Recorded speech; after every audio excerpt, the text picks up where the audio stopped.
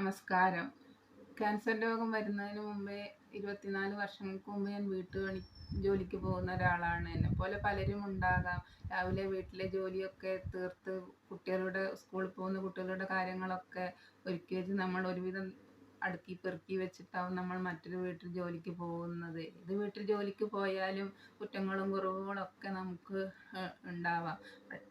നമ്മൾ മാനസികമായി ഒട്ടും ശക്തരല്ല. ഇതിന് പല കാരണങ്ങളുണ്ട്. നമുക്ക് ജോലി ചെയ്ത് കിട്ടുന്ന തുച്ഛമായ വരുമാനം നമുക്കൊന്നിനും തികയില്ല. അപ്പം മറ്റ് ചിലവുകൾ എന്തെങ്കിലും വന്നു കഴിഞ്ഞാൽ നമ്മുടെ ഉള്ളിൽ മടിയും പേടിയും ഒക്കെ ഉണ്ടെങ്കിൽ നമ്മൾ അവരോട് കടം മേടിക്കേണ്ട ഒരവസ്ഥ വരും. ചിലപ്പോൾ നമുക്ക് ജോലിക്ക് പോകാൻ പറ്റാതെ വന്നു കഴിഞ്ഞാൽ നമ്മുടെ കൂലിയും കുറയും. പിന്നെ രണ്ട് തലയും കൂട്ടിമുട്ടിക്കാൻ നമ്മൾ എത്ര ശ്രമിച്ചാലും സാധിക്കുകയില്ല. പിന്നെ മെഴുകുതിരിയേക്കാൾ വേഗത്തിലായിരിക്കും നമ്മളെ മനസ്സ് ഉരുകുക.